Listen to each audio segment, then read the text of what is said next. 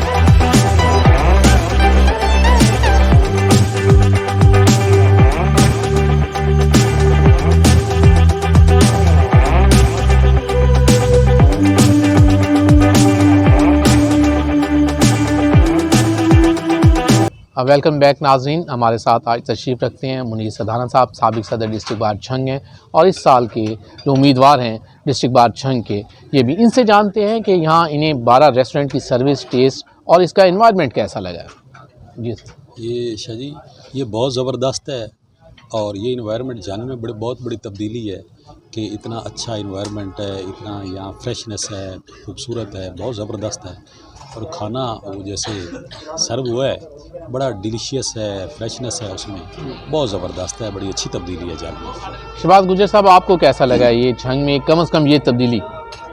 شاہ صاحب، اس میں 12 ریسٹورنٹ کے حوالے سے جو تبدیلی ہے انتہائی خوش آئند، اور اہلیان جنگ کے لیے میں سمجھتا ہوں کہ ایک نہایت ہی خوشگوار تبدیلی ہے، اور کھانے کا معیار اور دلکش قسم کا ماحول، سنجیدگی، اور یہ سب باتیں جو ہیں یہ اہلیان جنگ کے دل کو لبھاتی ہیں، اور اللہ کرے کہ جو ہے اس میں مزید جو ہے بڑھوتری آئے، اور مزید اللہ تعالیٰ برکت آئے۔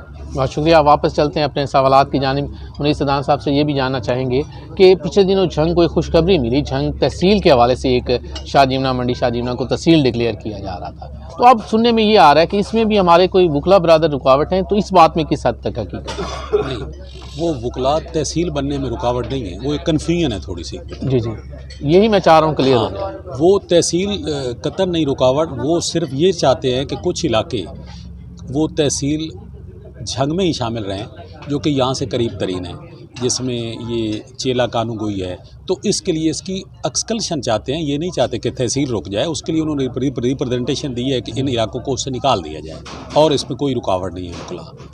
ڈسٹرکٹ بار جھنگ کا اگر دیکھا جائے تو انتظامیہ پر کس قدر پریشر ہوتا ہے؟ انتظامیہ دیکھیں، رول آف لا کے لیے پریشر تو ہوتا ہے کہ آپ قانون کے مطابق کر چلیں، فنڈامنٹل رائٹس کو آبزرو کریں، جسٹس کریں، سوشل، اپنا یہ پولیٹیکل، یہ سارے جو یہاں پہ اثرات ہیں یہ بار کے لیگل ایڈمنسٹریشن آف جسٹس کی حد تک ہوتے ہیں، باقی نہیں ہوتے۔